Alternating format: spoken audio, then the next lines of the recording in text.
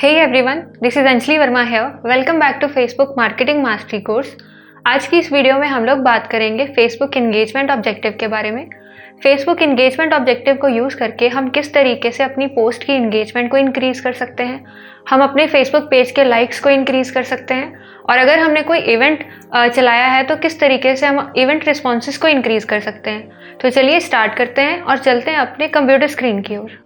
सबसे पहले हमें ये पता होना चाहिए कि फेसबुक इंगेजमेंट होती क्या है। What is Facebook engagement? Facebook engagement is one of 5 ways your fan engage with content. Like it, leave a comment, share it with others, viewing it, click on a link. तो Facebook engagement जो होती है, कोई आपने post डाली, उसके ऊपर या तो लाइक आते हैं, कमेंट्स आते हैं, या वो लोग जो हैं वो शेयर करते हैं किसी अपने फ्रेंड्स के साथ, फैमिली मेम्बर्स के साथ, या आपने कोई वीडियो डाली है तो उसको व्यू करते हैं, कोई लिंक है उसके ऊपर क्लिक करते हैं। तो इसी तरीके से आपकी 5 ways से आपकी जो फेसबुक की पोस्ट है उसकी इंगेजमेंट होती है। Engagement, who cares? The more people take action on one of your posts, the more your posts will show up in their news feed. जितने ज़्यादा आपकी पोस्ट के ऊपर एक्शन आएंगे, एक्शन जो हमने पीछे पढ़ा कि इंगेजमेंट जो 5 ways से होती है, उसमें से कोई भी एक्शन ज़्यादा से ज़्यादा आएंगे, ज़्यादा से ज़्यादा एक्शन आपकी पोस्ट के ऊपर आएंगे, तो आपकी पोस्ट उतनी ही ज़्यादा न्यूज़ फीड के ऊपर दिखेगी। If you have not noticed yet, Facebook page organic reach is super low, which has lead to required post engagement ads for any post you want to actually reach your Facebook page fans. तो जैसे हमने जब offer ads को create करा था तो ये बात हमने पहले करी थी कि फेसबुक की जो ऑर्गेनिक रीच है वो बहुत ज़्यादा कम है। अगर आपके पेज के ऊपर 10,000 15,000 फॉलोअर्स हैं, लाइक्स हैं आपके, तो आप कोई भी पोस्ट डालते हो तो वो सभी को पोस्ट नहीं दिखती है आपकी। अगर आप चाहते हो कि सभी को पोस्ट दिखाना तो आपको पैसा लगाना पड़ेगा, आपको उसे या तो आपको बूस्ट करना पड़ेगा या फिर आप इंगेजमेंट ऐड चला सकते हो। Why need engagement ads? हमें क्यों ज़रूरत पड़ती है इंगेजमेंट एड्स की? अगर हम चाहते हैं कि पोस्ट इंगेजमेंट बढ़ाना, पेज लाइक्स को बढ़ाना, इवेंट रिस्पॉन्सेस को बढ़ाना, क्योंकि ऑर्गेनिकली तो हमने देखा कि ऑर्गेनिकली तो बहुत कम रीच है, बहुत ज़्यादा पुअर रीच है हमारी ऑर्गेनिकली, तो हमें क्या करना पड़ता है? हमें ज़्यादा से ज़्यादा पोस्ट इंगेजमेंट बढ़ाने के लिए या पेज को लाइक करवाने के लिए, इवेंट रिस्पॉन्सेस को ज़्यादा बढ़ाने के लिए हमें इंगेजमेंट ऑब्जेक्टिव की ज़रूरत पड़ती है। To promote your Facebook page post, increase the page likes and event responses, navigate to your ads manager, then click the create ad button. आपको सबसे पहले अगर आपने ऐड चलानी है, इंगेजमेंट ऐड, तो आपको एड्स मैनेजर में जा करके जैसे ही आप इंगेजमेंट ऑब्जेक्टिव सेलेक्ट करोगे, आपके पास यहाँ पे 3 ऑप्शंस अवेलेबल हो जाएंगी। हम पोस्ट इंगेजमेंट बढ़ा सकते हैं, पेज लाइक्स बढ़ा सकते हैं, इवेंट रिस्पॉन्सेज हम बढ़ा सकते हैं। इन तीनों को प्रैक्टिकली किस तरीके से करते हैं मैं आपको बताऊंगी, आगे आने वाली वीडियोस में हम लोग प्रॉपरली करेंगे।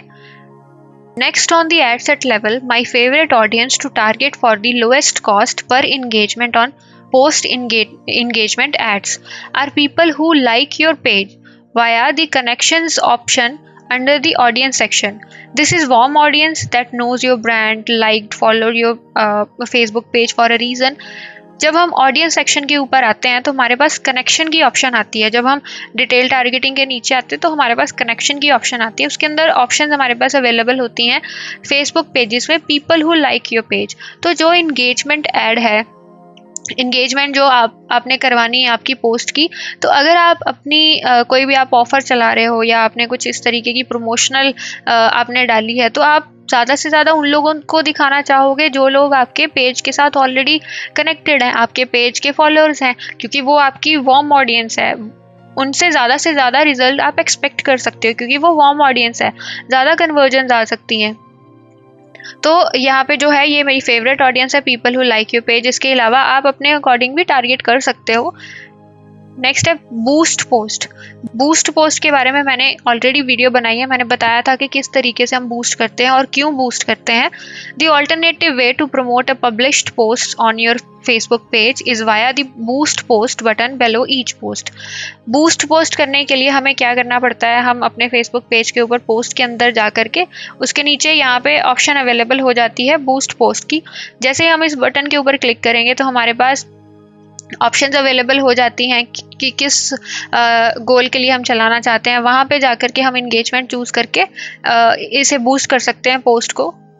बूस्ट पोस्ट की हमें क्या ज़रूरत पड़ती है और बूस्ट पोस्ट में जो डिफरेंस है एड्स मैनेजर और एड्स मैनेजर के अंदर जाकर के ऐड चलाने में और बूस्ट करने में पोस्ट में, this is just a simplified version of your ads manager with less options available.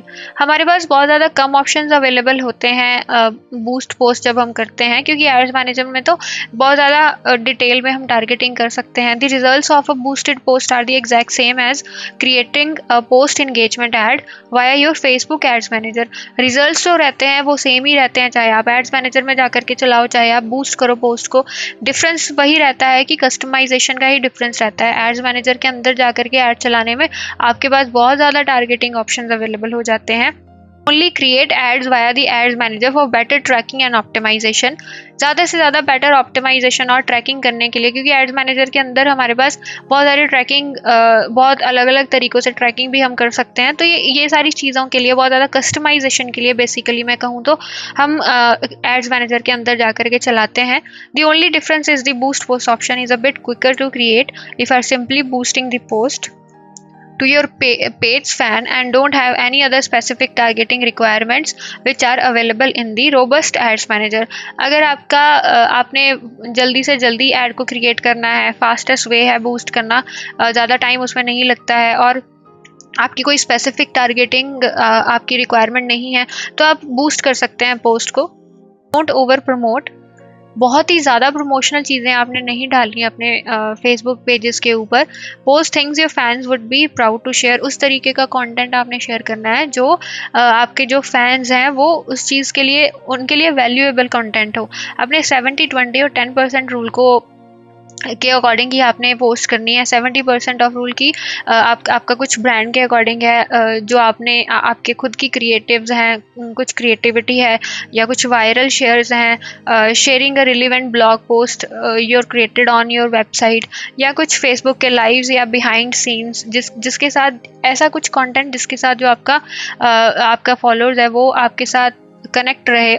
20% should be sharing other Facebook page posts, article, content, YouTube videos, industry news, hot trending topics जैसे news हो गई, holidays हो गई, कुछ भी इस तरीके का कंटेंट जो आपके जो फैंस हैं उन्हें वैल्यू प्रोवाइड करता हो।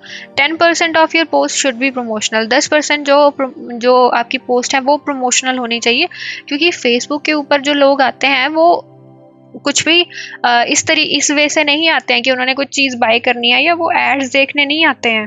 वो वहाँ पर अपना कुछ टाइम स्पेंड करने आते हैं, कुछ एंटरटेनमेंट के लिए आते हैं। तो आपने इस तरीके का कंटेंट डालना है। प्रमोशनल कंटेंट ही आप डालते जाओगे तो आपका पेज उस तरीके से वो आपके साथ कनेक्ट नहीं रह पाएंगे, वो आपका पेज है वो अनलाइक भी कर सकते हैं।